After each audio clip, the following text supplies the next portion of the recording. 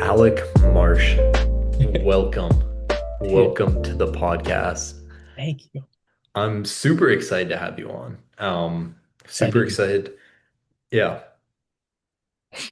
I just said I was excited to be Oh, here. okay. Sorry, I thought you were ready to dive in there. No, no, Oh, you're good. but yeah, excited for our topic today. Something we can both definitely resonate with. But before we get into that, why don't you tell the people at home and potentially your future self what's been going on with you? Who are you Yeah, now? What's life like? yeah. So we all graduated UNC Chapel Hill in May of this year, 2025, which was fantastic. And then came home back to Winston-Salem, spent the past couple of months studying for the MCAT. Took that September 5th, and tomorrow I find out my score. So pretty stoked, pretty nervous, but it should be good. And then, yeah, in terms of other things, kind of waiting to hear back about some CNA positions, just going to be doing some clinical hours, and then just been doing some Spanish volunteering. So, yeah, been some good stuff back in the hometown. A little bit different, a little bit unusual, but it's been fun. Yeah.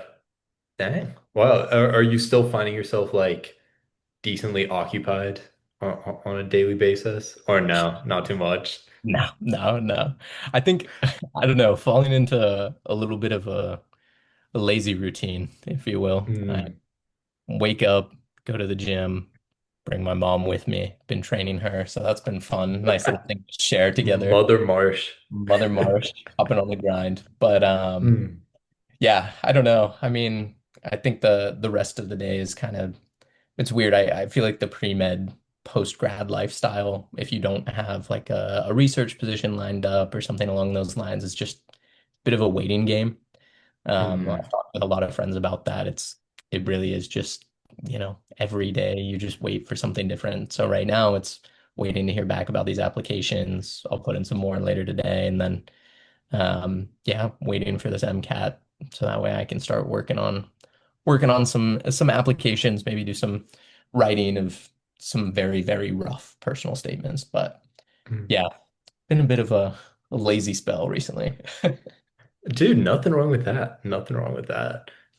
Especially coming off months of hard work studying. Yeah, You had like yeah. the most rigorous like routine out of anybody I know for the Terrible. past like 2 months. So Horrible routine. Never, hey, future me, never do that to yourself again.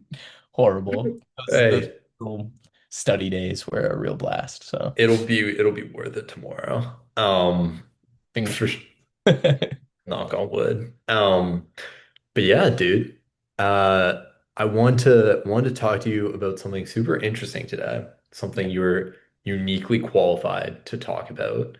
Um, I wanted to talk about video games, So, especially focusing on our childhood. We were talking earlier about the Game Boy, um, the cultural impact of the Game Boy, how stuff has changed.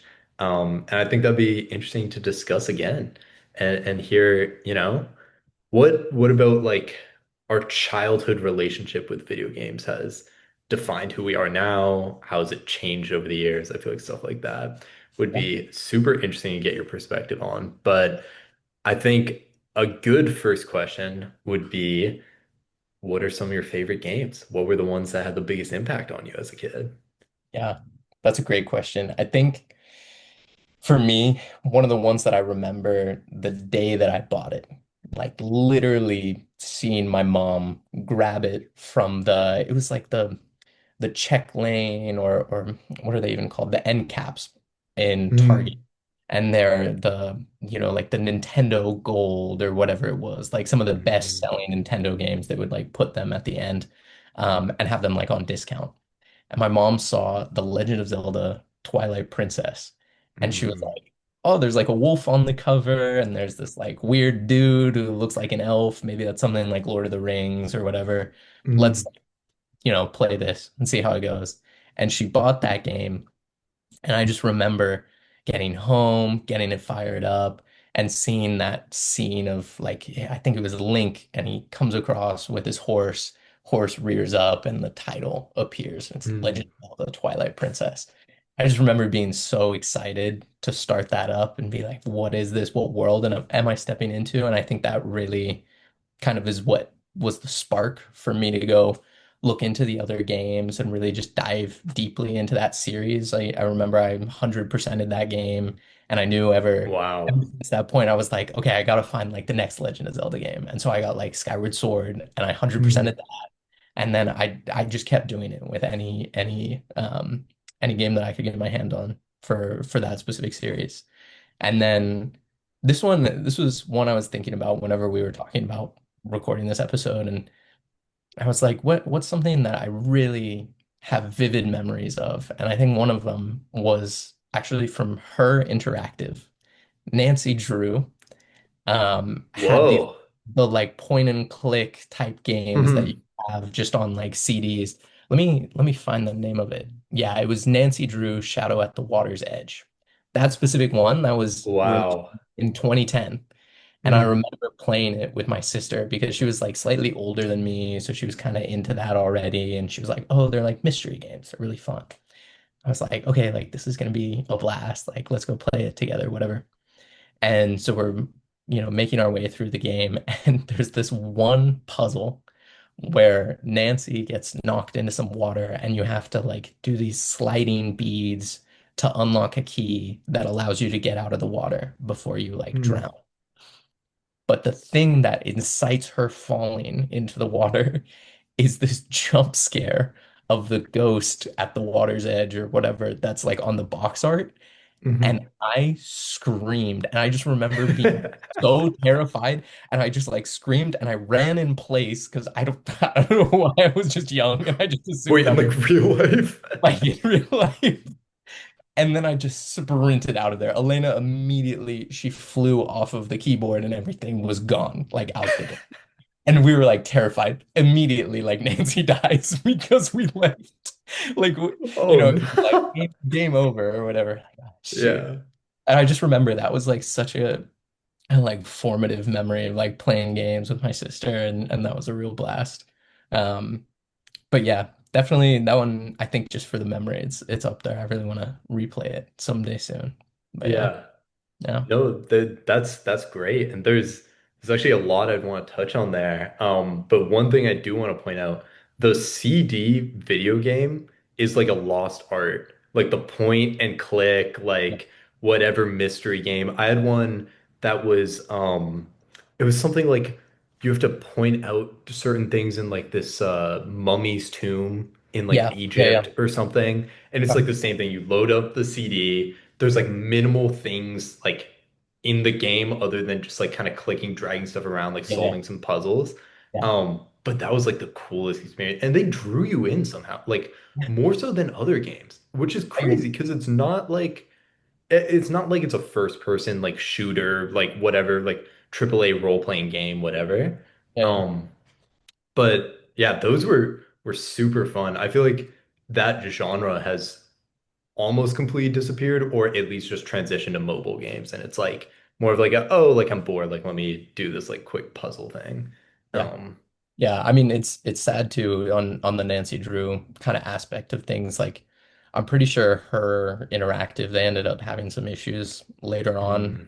mm, I don't know if it was like staffing cuts or something along those lines, but what you just said summed it up. Like they recently released a game and I think it's one of the worst reviewed ones and it's sad to see that, dang. like they Yeah. had a formula that worked and I don't know if it's just people want something a little more nowadays. People want that third person or first person kind of action adventure type app Yeah. or what it is, but yeah, it's sad. I don't know. I've got a couple others in the back of my mind that I'm thinking about. I had this one Harry Potter game and it was like the Which full one? series on CD. No Like way. I had a Harry Potter game on Wii, but I think it was just like Prisoner of Azkaban or something. yeah, yeah, yeah. The memories are like super fuzzy, but I just remember it also being like a CD game, and we had like a whole Hmm. stack of them, and it was all of the different ones. And my mom would always play that one because Yeah. I was scared of the Gringotts goblins. They would like run around and maybe it was like I don't remember what they were, but you had to get like jelly beans. That was like your thing. The birdies bots Mm, jelly beans. Those were like your in-game kind of points or whatever.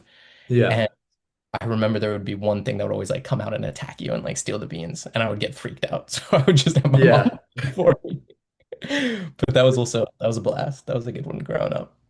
Wow. Yeah, I feel like looking back on my childhood sounds like your childhood as well.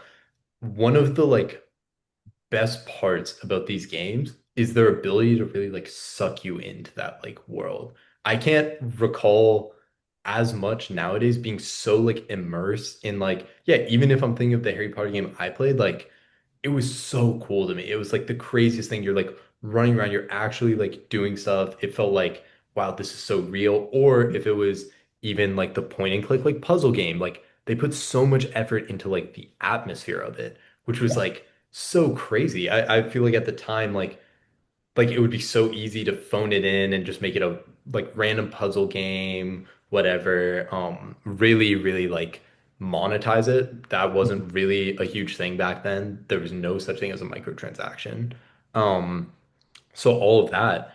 But jumping back a little bit, I'm curious, you mentioned that Legend of Zelda, that was such a big part in your childhood, one of the first big games you remember. But I know that you've even still played Legend of Zelda games like in recent years. So I Mhm. wonder for you, do you feel like it has that same effect? And do you still enjoy those games to the same degree now? Or do you feel like your relationship to it has changed? And is it just a different thing entirely now? Yeah. No, that's a good question. I was actually watching a video about this the other day, and it was somebody talking about how in recent years, especially, the meaning of like a 7 out of 10 or an 8 out of 10 review score has been lost, right? Mm, People in the comments will flame a reviewer for saying, "Oh, you called this a 7 out of 10," when a 7 out of 10 is like a good score. yeah, yeah. And it's because we're always experiencing these like 10 out of 10 masterpieces. Like games Mhm. recently have been just getting better. Like I think anybody would agree with that, that like in terms of graphically, maybe Yeah. story wise, like they've just been adding depth over time. Like going back to what you were talking about with the point and click genre, like Mhm. they're fun. You have to admit that they're fun, but they were fun to us when we were probably what, 8 years old, when Yeah. that might have been our introduction into gaming as a whole. We Mhm. never had experienced anything other than that. So of course we're going to get sucked in. Now Mhm. it takes that much more to convince us that we're actually in that world and enjoying that adventure the same as the characters are in the story. We need to have those ties that are a bit stronger, not just our mouse moves around and we see the mouse on the thing moving around and clicking where we want to go. And I Mhm. think, especially with the Legend of Zelda series, that's one thing that I don't know if I want to say that it's struggling with necessarily, because I think, if you look at the review scores, again, it's like the past couple of games that have come out for it have been 10 out of 10 masterpieces from basically any review company, Yeah. um, any game review company. I think it's more so, I don't know. I think I do expect a little bit more out of the series each time. I Mhm. want to see them innovate and I want to see them create new things. And I think there's actually like a lot of backlash towards the most recent game, or I guess it's not technically the most recent game, but the most recent 3D Zelda game, which was Tears of the Kingdom. I loved that game. I thought it was fantastic. Played it all the way through. 100%ed all of the shrines and dungeons and all that sort of thing. Mhm. But I think a lot of people felt pretty hollow whenever it was done, which is unusual because normally you finish a Zelda game and you feel kind of accomplished. You're like, Mhm. okay, I just went on that crazy, amazing journey, but something felt like it was missing. Maybe just like a little bit of that magic had been lost. And I do think recently, with needing to kind of just up the ante every time, they ran into a little bit of a problem there. Going from Breath of the Wild to Tears of the Kingdom, they reused the same world, but people felt like some of those aspects that they tried to add towards were a little bit hollow or a little bit lackluster, I guess, compared to the past games. So Yeah. I don't know. I mean, I think I still get a lot of enjoyment. To kind of go back to your original question, I still get a lot of enjoyment from playing the games. Um, Hmm. but I think the lens that I view each of them with is a lot more critical. And I think that's just something that all of us have started falling into. Um, it's just really hard to walk into any game kind of not expecting Yeah. amazing story, and then you really want an amazing combat system, and Yeah. oh, you want there to be a bunch of different weapons that you can use, but you need to still have some nostalgic things, and you need to Yeah. make sure that it's still a Zelda game because it's got to have this. I just feel like there's a lot of expectations just within the gaming industry nowadays. I think it's hard to, I don't know, hard to meet those expectations every time though. Yeah, no, I totally agree. And as someone, one of my favorite games and still my favorite game ever today is Skyrim. There's not a single person who's played Skyrim who can tell you that the graphics are incredible or that the gameplay is completely flawless. There's no glitches because there's all of those things. Mhm. It's, if you're looking at it today, an incredibly flawed game, Yeah. but there was something about it back then that, the expectations weren't so high. Like Mhm. glitches in the games were like, it was okay. You kind of like dealt with that. It was kind of understood. The save mechanics were very like prevalent back then, to where you were like, oh, something went wrong. It's like a game breaking thing. It's like, I just like load and, I'll lose whatever, like an hour of work. And nowadays, like, kind of to your point, and I think what you're touching on, you look at some of these huge like AAA titles, Last of Us 2, God of War, like you look at stuff like that, Uncharted, Spider-Man, all these games, you're expecting ray tracing, you're expecting flawless graphics, and the story is always like an emotional like journey, a very hard-hitting story, and something that, and we can talk about this a bit later as well, translates very well to movies. I Yeah. feel like the line has been blurred significantly, Mhm.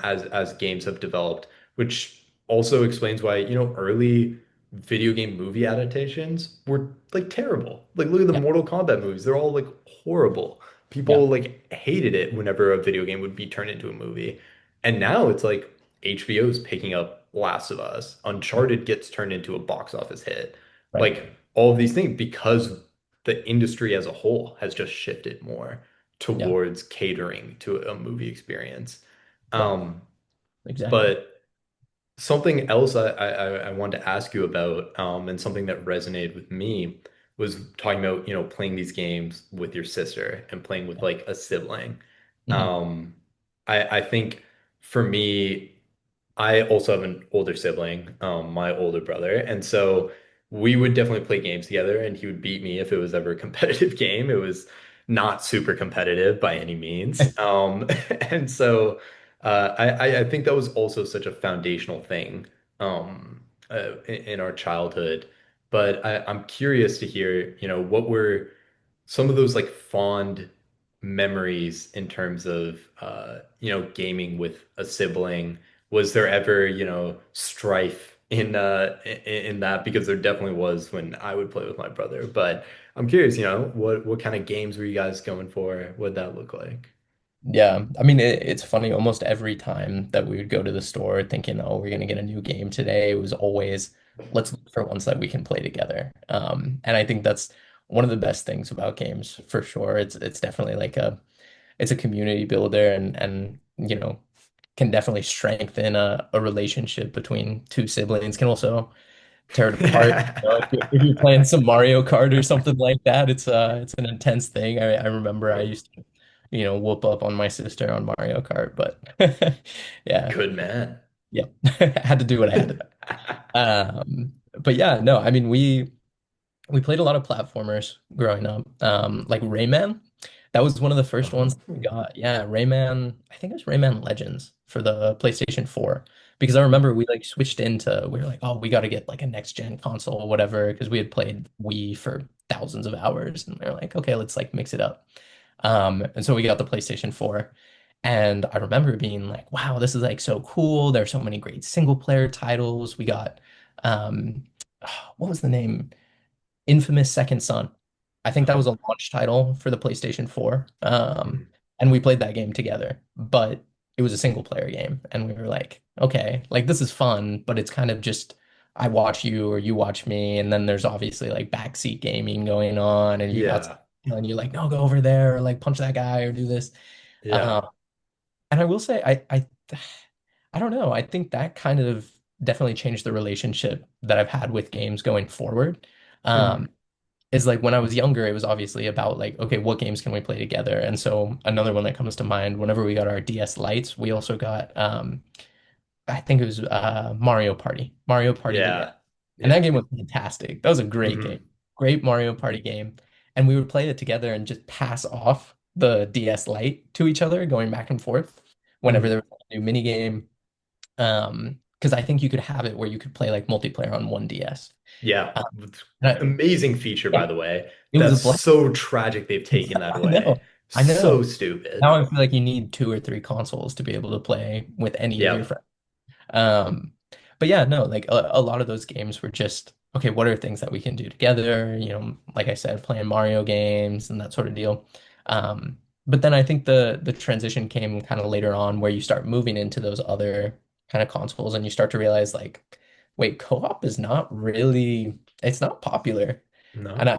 I bet the experience has been pretty similar for you, but like growing up with your brother, that it probably moved away from that pretty quickly. I mean, the one game that kind of comes to mind that's kind of that AAA title, and we actually played it together. But Halo Reach, fantastic game. I was gonna list Phenomenal. that actually as maybe one of my top ones. I'd never played any Halo game, and then we Hmm. played Reach, and I yeah, great game, good memories. But Hmm. I don't know, how did it change for you in terms of your relationship with games and your brother and everything, aside from the competitive spirit? Yeah. No, I definitely like resonated with a lot of what you said. I think, yeah, early days, I even kind of forgot. Yeah, when you were looking at games, you were always looking for a co-op game. It was Yeah, like kind of like games, inherent. You didn't even survival really games like, too. yeah, yeah. Yeah. You never really like thought about like, oh, I want this one single player immersive story, like whatever, because you want to play with your sibling. That was so much of it. Um, and I think to your point now, it is crazy to see, yeah, like the death of co-op. Oh, And how many games have now like what used to be almost an essential that every game had, it's hmm. now that's the entire point of the game. Yeah. So I'm thinking of another game we played together, It Takes Two, which is a Yeah. new game, and the entire premise is that it's a co-op game. Right. Right. And it's like and there's that one. There's another one called A Way Out, which is like Mm. a prison escape game. Yeah. And it's like now it's like, wow, the crazy feature is that you can play with another person Yeah. like in the same room. Yeah. And it's interesting to see that. And I wonder for younger kids now growing up, um, if everything is multiplayer, it's always on a like mass multiplayer scale. Right. Think of like Fortnite, Roblox, what Yeah. have you.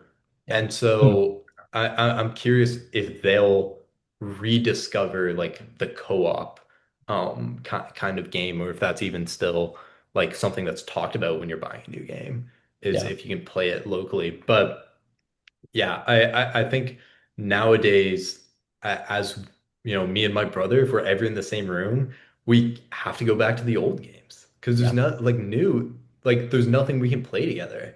Mm. We have to go back to Halo Reach or the other Halos or something else. Because those were like the more reliable ones that at least we know about.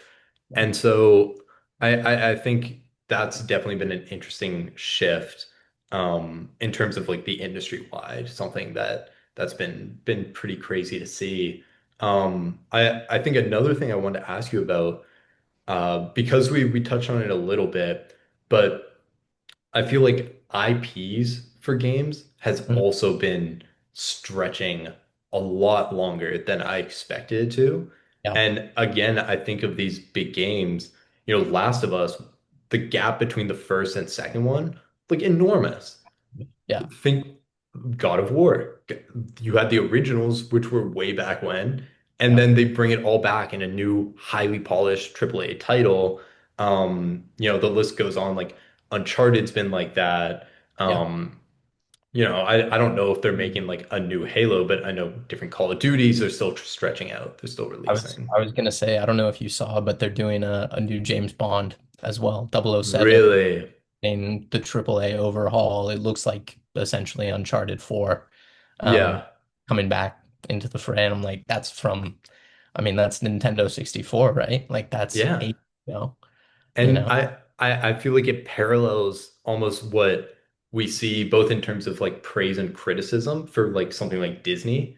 Like how many of their old movies have they just now made live action like versions of? And is there any real difference between taking an old game whose graphics wouldn't hold up now and a live action and remaking it nicely versus like making a live action of a movie? But I'm curious as someone who enjoyed Legend of Zelda, which itself is also a very long-running IP at this point, what are your thoughts on, the continuation of IPs? Is it still something that you feel like you're seeing good development in? Is it getting kind of stale? And then even piggybacking off of that, how do you feel about that then getting repackaged in terms of like movies and TV? Yeah. So I don't know if you saw, but they're doing a Legend of Zelda movie, actually, like a I live. did not see that. Yeah, they're doing Wow. a live action Legend of Zelda movie, and Mm, it's funny. It's like there's obviously the whole saying about what is it? It's like either die the hero or live long enough to see yourself become the villain. And if mhm, you want to kind of take that critical angle towards corporations and towards these kind of long running IPs where it's just a cash cow, yeah.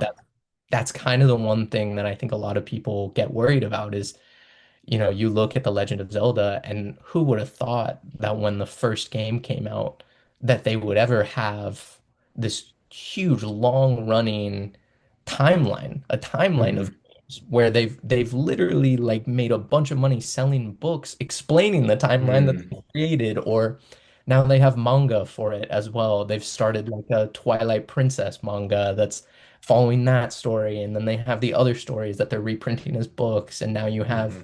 this new movie that's coming out. I don't know. I think it's for fans of the series, I think it can be kind of a double-edged sword. You get more of the thing that you love, but you never know if that thing that's going to come out is going to be a complete dumpster fire, you know? Yeah. I think that happens a lot. You brought it up earlier, like the Mortal Kombat movies, Hmm. Some of these old, like even the Resident Evil movies. I mean, I don't know. It's hard to say. I can't say that I've sat down and, watched them all and critically analyzed any of the parts of them, but Yeah. uh and I probably never will, but I don't know. I mean, it's interesting. It's hard to say one way or another. I think as Hmm. a fan, it's hard to complain about more of your favorite things. But I Hmm. think as somebody who understands that, maybe focusing your time onto, okay, let's make the next game really good, or let's listen to the fans and make this thing, that they really want to see. I feel like that's maybe a better allocation of resources. I don't know if that kind of fully answers your question, but No, yeah, yeah. I also just had some other thoughts. And there's a question that I wanted to ask you as well, just about movies and everything. But you brought up a point earlier that I really wanted to get Hmm. to. Just about this whole idea of like stories having movies in them, Hmm. like video game stories being kind of compared to this is like a movie. Um, and I wanted to kind of see what your thoughts were on this idea of like Hollywood needing to create something live action to justify something as being good and something Hmm. as like critically good. It's something that I've talked about with my sister a lot, where we've sat there and kind of thought about, why is it that every anime nowadays needs to have a live action version with a, bunch of cast members that are from this and this place, and more, like Hmm. high A-list celebrities. Why do you need to have that? Similar thing with some of these remakes, it's like why Hmm. why can How to Train Your Dragon, for example, which is, an animation, why does Yeah. that have to be recreated almost shot for shot with Yeah. high profile actors and then given value based off of that? Is it better because you can make it into a live action with real people, or does it take Mhm. away from the original story? And then I guess more to that point in terms of video games, Uncharted. The first Uncharted game is fantastic. I mean, it's a great story. You love the characters. Nathan Drake is really like convincing as a protagonist.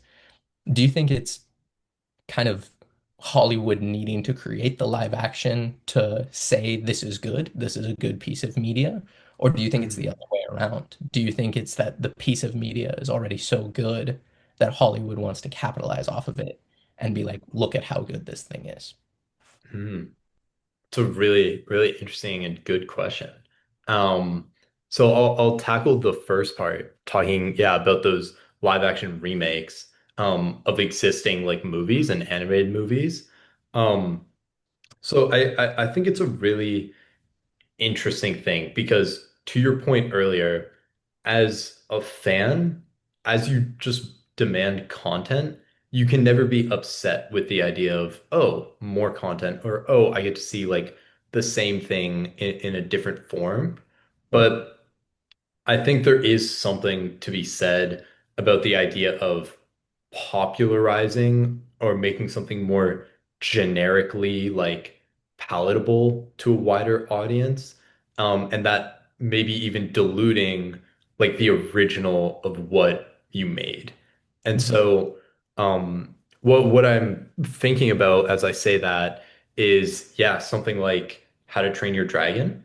Like to me, and I haven't seen the movie. I don't know if it's even out yet, but um to me, like animation, it's almost a miracle that it's like still kind of like prevalent and still widely enjoyed to a good degree. Like looking at the Spider-Verse movies, looking at, other things like anime as a whole, Mhm. still being like not even still like continuing to push forward, becoming even more interesting and so much innovations within animation.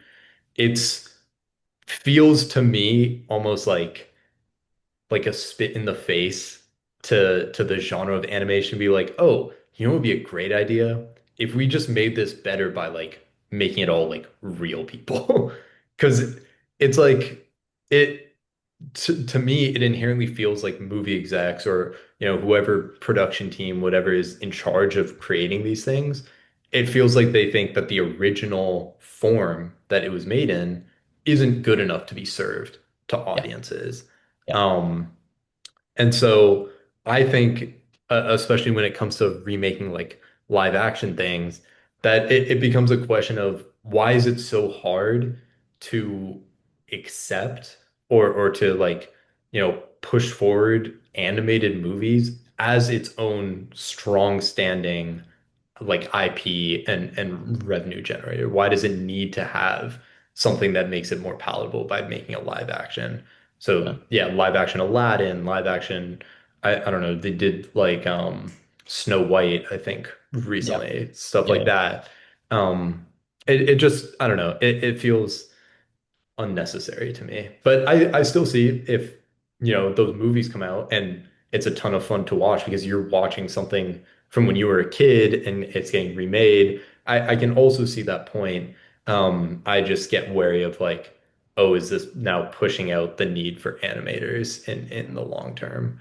Right. Um, and then to your point about video games being like adapted and becoming more movie-like, um, I I feel like that is also very interesting because to me there's so many games that like some of the most memorable games Mhm. are the ones I could never imagine being like converted into like a movie. So I think of something like Undertale, Yeah. like super unique design, Right. purely based on like the animation. Like it's Right. all art style. The Yeah. whole game is art style. Yeah. And something like that you could never create in a movie. It would be impossible.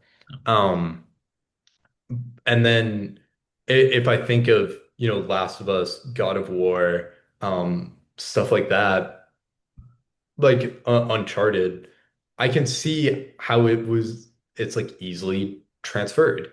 Yeah. And I actually, I don't know if that's a good or bad thing. I think I can speak from my personal experience with Last of Us. That was a game that I'd like seen the full playthrough of, Last of Us 2 as well, and thought it was super cool. Mm. Really enjoyed it. And then it was kind of funny because, my parents text me, they're like, hey, like we're watching this show now called Last of Us. And it's like so weird because then they suddenly know all this stuff where if it was like a video game, I would never be able to get them to buy into something like that. Right. Um, so I think it is cool to a degree to see like an older generation buy in to more video games and get to learn the stories a bit more. And my mom's a huge Uncharted fan for some reason. For that movie, it's kind of odd, but yeah, I think that's cool. I become a little wary if it's something like Five Nights at Freddy's, where I can't tell if you're just like making a movie just to like fuck around and make a movie. Right. I don't know, but yeah, I think those are like mainly my thoughts on it.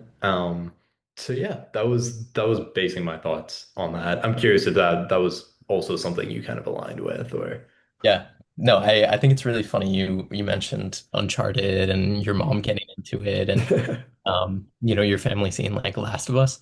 I don't know if you watched it. I haven't watched the actual show, but I come downstairs and I see my dad is like watching some action thing. I'm like, oh, like what's he watching? I was like, oh, what you got on TV? He's like, Halo. I was like, no no shot. way. I was like, what the heck? And he's an action fan. He saw it. He said, "Oh, that looks kind of cool. Space Marines, whatever. I'll give it a try." And Uh, next thing, I turn around and I'm seeing all these like I don't even know any of the the naming. covenants, the Yeah, they're whatever. running around on screen, and he's just like, "It was pretty good." I'm like, "That's mind-boggling." Like he had Yeah. no idea that it was a No. game series. Didn't know anything about it. Was like, "Whatever, this just looks cool." And then he started playing it. So I was like, maybe if that's what it takes, and then I don't know. I think there's like maybe not a I don't know if it's like a hidden intent to get people into gaming or something Hmm. along those lines. I mean, I feel like 9 times out of 10, if you're making some sort of live action of a video game, there's, some of the creative team behind the actual game that's brought in to, make sure everything looks good and is squared away. Hmm. Um, and I don't know, sometimes it gets me wondering, I'm like, would I ever see him pick up a controller after watching something Yeah. you know? Like maybe not even that, but just sitting there watching me or my sister play it. Would he be interested to sit back? I mean, I don't know about you, but I've had experiences where I'll go to play. Like I think it was actually Uncharted 4. That was the main one that they Hmm. did. But my mom and dad both sat down and they were like, "Oh, what's this? Like, is this a Hmm. movie? Like what's going on?" And then they watched me play it for like, a fair amount of time just because Yeah. they're so like enamored by the graphics and everything being like, oh, everything looks so real. Hmm. What's the story about? Whatever. And then they started asking questions. So I don't know. I mean, I think it's interesting going back way, way back to one of our first conversations here about the like point and click genre. Like Hmm.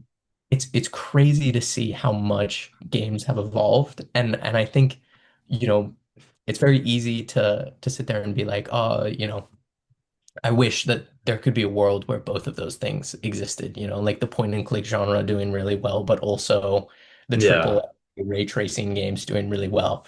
But it's also interesting to see like what groups attract or I guess what genres and what style of game attracts Mm. one group, and I think it's interesting. Like I could easily see my dad sitting down and watching me play that new James Bond game that I mentioned. Yeah.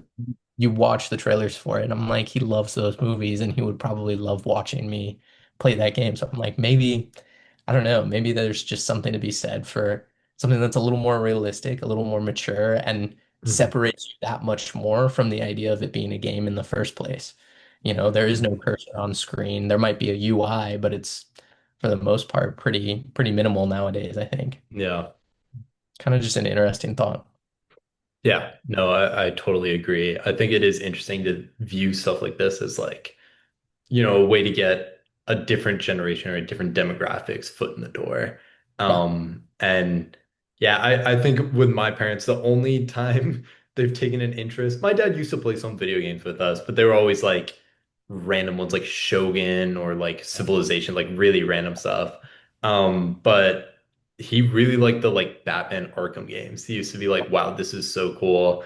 And he still like will ask me like, oh, have you played like Batman recently? I'm like, that's like a 15-year-old game now. But Yeah. yeah, maybe. But no, I think that's definitely a cool aspect of it for sure. Yeah. And I wonder when we're older, like what our relationship will be to like video games and stuff. Because I feel like our whole generation played video games. So I don't know Mhm. how we could grow up and be like, oh, like that's stupid or whatever. Yeah. Like Yeah. Yeah. I feel like we'd always be like pretty into it or that it would resonate to some degree. Right. I actually wanted to ask you about that too. I think both of us have gone through like a little period of freedom, of where Yeah. outside of school and can start messing around and doing some other things with our free time. And hmm one of the things, obviously, like rediscovering games, hmm and especially like for me, I recently like modded my 3DS. I was telling you about this, and now I have Yeah. access to the full games library. And I hmm find myself every day logging like at least an hour and a half on a different game and just having like a blast with it. And I'm like, there's so much good content here. And I know you brought this up before the call, but hopping on on Watch Dogs on your Yeah. Xbox, Yeah. or I think earlier in the summer you were playing some other like platformer or something along those lines that you Yeah. had met in some sort of indie game. But how do you think like nowadays have you kind of transitioned back to kind of finding that joy and maybe finding a new game or just sitting down and spending like an hour of your day doing something that you're like, this is kind of mindless, but it's fun, Yeah. it's your kind of enjoyment. No, for sure. I think that for me now, what I kind of get the most pleasure out of is finding like the diamonds in the rough of like games. So even going back home and being like, I've had this game on the shelf or I've had this game downloaded for 7 years. And like I played it and I remember enjoying it when I played it, but never touched it again. And it's like those are like I go back and I play it and I'm like, wow, this is like fun. It's like Yeah, I'm not accomplishing too much. Like so much of this are maybe games I've already played, but there's like an enjoyment in just being like, wow, like this is like a good game. Maybe it'll never have another sequel. Maybe there'll never be another piece to it. But like for what it is, you can really like enjoy it and like dive into that for sure. aspect of games. And so I've yeah, definitely been enjoying doing that. And I think like being able to play DS games again would be so cool. I might like figure out how you did that Yeah. and, and I'll send and you the mimic link. I'll it. send you the link. Yeah, Yeah. that would be It's sick. yeah. Yeah. So yeah, I think for me, like something I've always enjoyed, even if it's games or movies or now a little bit like vinyls, like finding cool Yeah. vinyls Yeah. that just randomly exist somewhere. Right. I think for me it's all about like it makes you appreciate what you have and like revisit and be like, wow, like that was cool. It's cool I get to do this again. Um, so that's been super rewarding for me. But yeah, there's one more thing I wanted to ask you before we wrap it up because we've been going for a minute here. But Yeah. I think this is a good summation of what we've talked about. If you could make the perfect game, Okay. what console is it on? What's generally like the genre or like the type of game? And what like art style, what are you going for in your perfect game? Dude, ending on a a really tough Yeah. question. Yeah, maybe it's a bit rough, but generally if you could pick things to throw in there. Yeah. I mean, I don't know. I have to go with my gut here. In Mhm. terms of my perfect game, I'm Mhm. gonna stress that it's mine. It's something that I would personally enjoy playing a Mhm. lot. I think it's tried and true, but I think I have to go with a Nintendo console. I think just in terms, Wow. I know it's not the most powerful thing. It's not about, and I think that's why I would want to do it. I think in terms of like Hmm. the magic of games that we've been kind of touching on this whole entire time, it really like some of these best memories that we have, talking about Halo Reach, talking about Mm. Nancy Drew point and click, Harry Potter CD games, Twilight Princess on the Wii. Uh-huh. None of those games, I would say, are you talking about. Those are not, magic. Optimized. Yeah, they're not optimized. Exactly. We're not talking about, the strongest consoles here. We're just talking about things that have Hmm. created this real enjoyment. And so I think it's got to be on a Nintendo console. I think maybe like Hmm. this, whatever is out, maybe just Switch 2, Switch 1, whatever. And I think, what did you say? So we've got the console, the Maybe genre. genre or like type of game. I think I have to go with the action adventure genre. Yeah. Kind of in that same vein as like the Uncharted games, Tomb Raider games, obviously Legend of Hmm. Zelda. I think it's got to be something that combines. I would say it's open world. I think it's got to be open world. I feel Hmm. like for the sake of content, kind of touching back on what we talked about earlier, just needing more content to dive deeper into that world. I think it's just got to have a lot of things to do. Hmm. Uh, but I think it also has to understand the quiet moments in between, Hmm. big events and big crucial moments in the game. So good exploration, good things to see, rewarding that aspect. And then, like I said, action adventure. And then what were the other ones? So console action adventure. What kind of like art style would you go for with it? Like ultra realistic? I don't think so. No, I Really? think it's gotta be stylized. Yeah. Mm. Um, but in terms of what style, this is a hard That's a question. hard one. That's a hard Yeah. one. But I think the problem with it, or not the problem with it, the great thing about this question that makes it difficult, is that there are just so many, like ones that are coming to mind, like Journey. Journey's a mm, fantastic game yeah, that for the PlayStation, or I don't know if it actually released everywhere else, but I think it was originally on the PlayStation.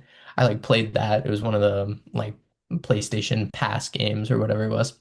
And I just remember being blown away, like literally emotionally moved by how beautiful that game was. And it's yeah, so, I feel like stylistically it's pretty simple. Or like you see people now playing like Silk Song yeah, or yeah, the side scroller type thing. Like those games are really simple, but a lot of people are really into them. You talked about it, with Undertale. yeah. I think it's got to be something that's visually fresh, that Mm, translates well to an open world, and that still kind of takes kind of that style. It's got to have some sort of flair to it. mm. Um, it's like every game coming to mind. No, no, it's a hard question, but that's a good answer. Yeah, Yeah, I don't know. It's tough. It's tough, but I think it would be something like that. yeah. What would your have you thought about this? I I'll put you was on. thinking as you were talking, it definitely helped me Yeah, think a yeah. bit.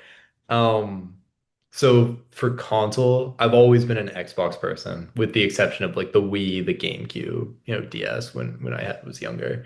But I think I would go an Xbox One game.